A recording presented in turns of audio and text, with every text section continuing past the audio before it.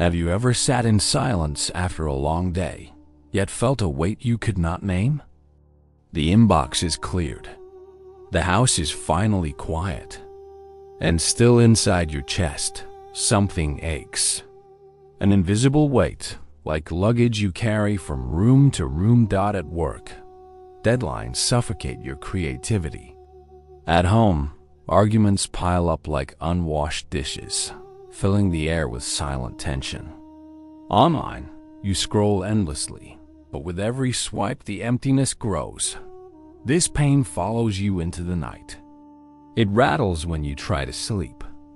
It shadows your laughter, turning joy into echoes. And so you wonder, is something broken inside me? But what if this ache is not a flaw? What if it is a signal? Rumi whispers across the centuries. Dance when you're broken open.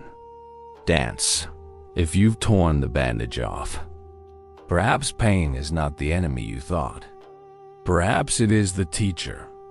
Could it be that your suffering is not here to crush you, but to invite you into a deeper rhythm?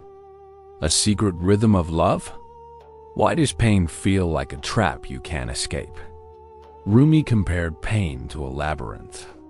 You rush to escape it with distractions, work, entertainment, noise, but always find yourself back in the same corner.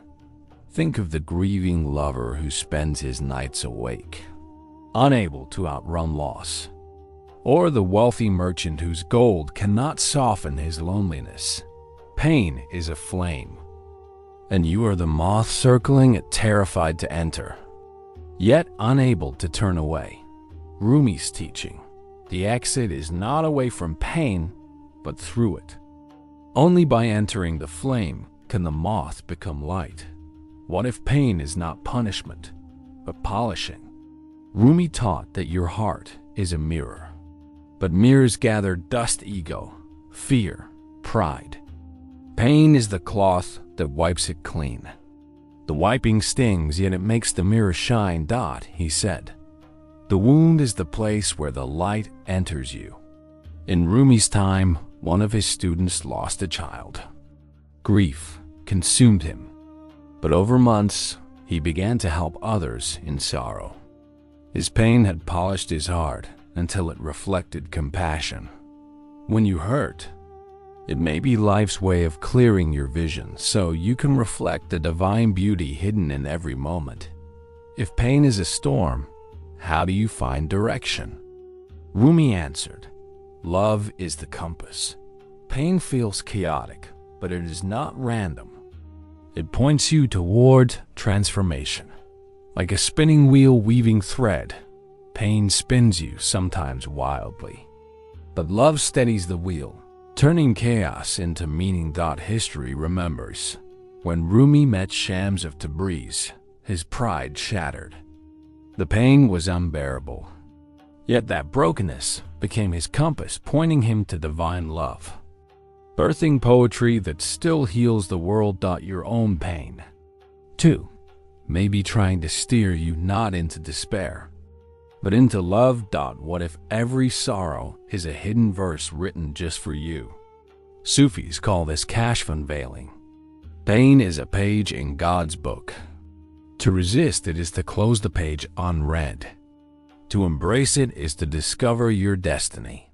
Travelers on the Sufi paths alike believed wounds were not accidents, but invitations. Each tear revealed wisdom. Through betrayal, through exile, through the Mongol invasions, Rumi turned despair into poetry. Pain became his scripture, unveiling truths he could never have seen in comfort. What if the pain you carry right now is the verse waiting for you to read? How does pain shape you into who you're meant to be? The Sufis taught of Insan al-Kamil, the complete human. Just as iron must enter fire to grow strong, you must pass through pain to shine. Rumi himself lived through exile, betrayal, and war. Instead of hardening him, the fire made him radiant. His secret was simple. He did not resist pain. He danced with it. And so his brokenness became a light for millions. What if your pain, too, is not destroying you, but sculpting you into something whole? How can you actually dance with pain in your ordinary life? Pain today wears new masks. Stress at work, betrayal in family, comparison on social media, loneliness in crowded cities. But Rumi's wisdom still speaks. He told a grieving seeker, "Sink deeper. The pearl is found at the ocean floor." You can begin this dance through daily practices. Morning, sit quietly. Place your hand on your chest. Breathe. Honor your ache instead of hiding it. Daytime. Every person you meet is a mirror. Conflict shows your impatience. Kindness shows your hidden light. Afternoon, when overwhelmed, ask, "Does this bring me closer to love or further away?" Evening, write 3 times pain taught you something today. Night, place your pain in God's keeping. Sleep not as escape, but as surrender. Science affirms this. Mindfulness reshapes the brain, rewiring you for resilience. Emotional contagion means your calmness spreads to others. Presence transforms relationships. Loneliness is no longer emptiness. It becomes sacred space for the divine. Anxiety turns from an enemy into a compass, pointing to unlived truths. The dance is not about escaping pain. It is about letting pain become rhythm until it moves you closer to love. What happens when you stop resisting pain and start dancing with it? Something extraordinary. Pain ceases to feel like punishment. It becomes invitation. Each time you welcome it, you not only heal yourself, you raise the energy of the whole. Rumi's grief became universal medicine. His broken heart still sings across centuries. Your transformed presence, too, can ripple outward, touching family, friends, even strangers. But beware. Do not wear pain as a badge. Do not let ego turn suffering into pride. True love humbles you. It makes you softer, not harder. Science confirms what mystics knew. Mindfulness lowers stress hormones.